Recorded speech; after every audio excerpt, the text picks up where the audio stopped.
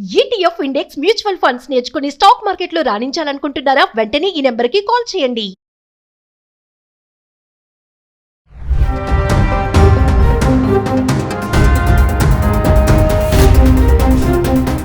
Hi hello నమస్తే, welcome back to Suman TV. Donald Trump America government సంచలన నిర్ణయం తీసుకుంది. డిసెంబర్ జరగాల్సినటువంటి H1B వీసా ఇంటర్వ్యూలను వాయిదా వేశారు.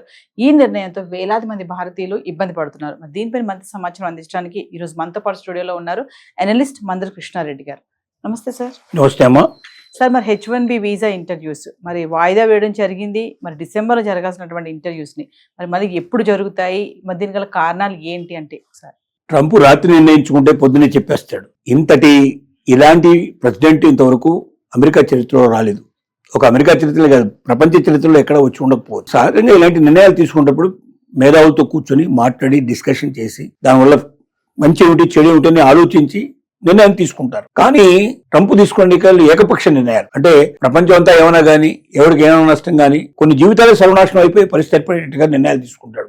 ఉదాహరణకి డిసెంబర్ లో అటెండ్ కావాల్సినటువంటి H1B వీసాకు అటెండ్ కావాల్సినటువంటి వాళ్ళందరికీ వీసాలు రద్దు చేస్తున్నాం. ప్రస్తుతానికి ఏ వీసాలు మనం అటెండ్ కావాల్సిన అవసరం లేదు. మీరు మార్చి తర్వాత మే లోపల మీకు ఇన్ఫర్మేషన్ ఇస్తాం, దాని ప్రకారం మీరు అటెండ్ కాండి. అంటే ఏమైంది, ఇప్పుడు ఇక్కడ డిసెంబర్ నుంచి మార్చి వరకు మధ్యలో గ్యాప్ వస్తుంది.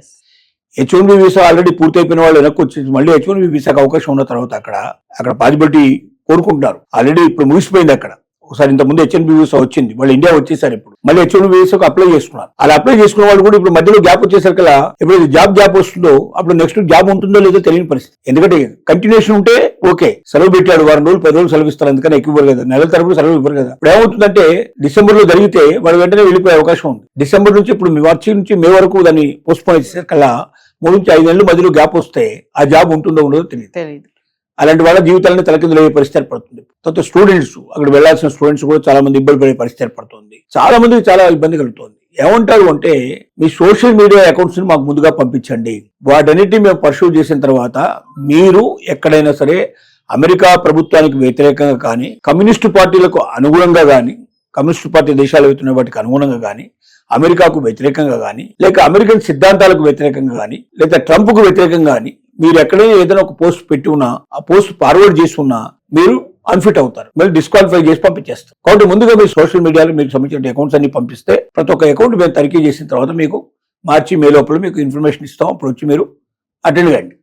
ఇదంతా ఏమిటంటే వీలైనంత వరకు ఫిల్టరైజ్ చేసేయటం, వీలైనంత వరకు తగ్గించాలి, వీలైనంత వరకు తీసేయాలి. ఎవరైతే అమెరికాకు డబ్బు తీసుకొని రాగలుగుతారో, అక్కడ వాళ్ళకు మెయిల్ చేయగలుగుతారు, అక్కడ డబ్బు సంపాదించి ఎక్కడికో పంపించాల్సిన దేశం పంపించకుండా అమెరికాకు డబ్బు ఇచ్చేవాడు, అమెరికాను అభివృద్ధి చేసేవాడు, అమెరికాకు ఉద్యోగాలు కల్పించేవాడు, అమెరికాను నెంబర్ 1గా నిలబెట్టగలిగేవాడు నాకు కావాలి.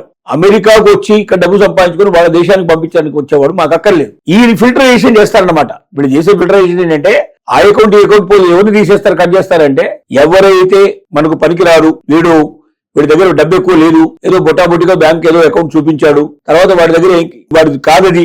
చాలా మంది చేసే పని ఏంటంటే బ్యాంక్ అకౌంట్ లో ఎవరి దగ్గర డబ్బు తీసుకొచ్చి అంతా వేసేసి ప్రస్తుతానికి అది చూపిస్తారు, అకౌంట్లో ఎంత అమౌంట్ ఉందని చూపిస్తారు. ఒక్కసారి ఇక్కడ వీసా ఓకే కాగానే అమౌంట్ వాళ్ళకి తీసేస్తారు వాళ్ళు. ఇట్లాంటివన్నీ జరుగుతాయని ఇండియాలో వాళ్ళకి బాగా తెలుసు. కాబట్టి వాళ్ళ అకౌంట్ లో డబ్బు ఎక్కువ ఉండాలి. బొటాబొటిగా ఉందంటే దాని అర్థం ఎవరి దగ్గర తెచ్చి అడ్డేశారని. సపోజ్ 1,00,000 కోట్లు, మన లక్షలు 10 లక్షలు మన దాంట్లో అకౌంట్ లో ఉండాలంటే 10 లక్షల బదులు 1 కోటి రూపాయలు ఉన్నాయి, 2 కోట్లు ఉన్నాయనుకోండి, 2 కోట్లు ఉన్నాయి కాబట్టి వీడు తెచ్చిన డబ్బు కాదు, వీళ్ళ డబ్బే అని నమ్మే అవకాశం ఉంటుంది. అలా వాడు కొన్ని పెట్టుకున్నాడు, సెంటిమెంట్స్ గా పెట్టుకున్నాడు.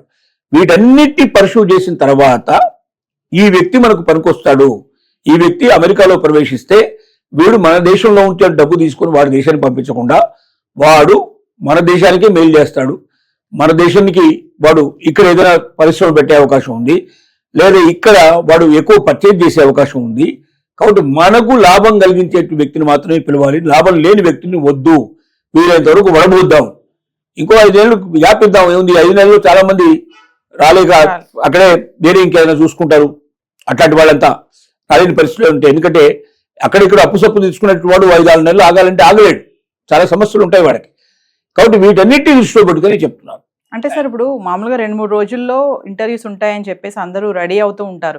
ఈ టైంలో ఇంత వెరిఫికేషన్ ప్రాసెస్, సోషల్ వెట్టింగ్ అని ఇవన్నీ కూడా వెరిఫికేషన్ చేయడం అనేది ఈ ప్రాసెస్ అంటే ఇప్పుడు ఎందుకు పెట్టారంటే సార్? అదే ఇప్పుడు వాడికి ఈ టైం నుంచి మార్చి మీ దాకా దాన్ని మే వరకు. పొడిగిస్తే చాలా మంది ఫిల్టర్ అయిపోతారు.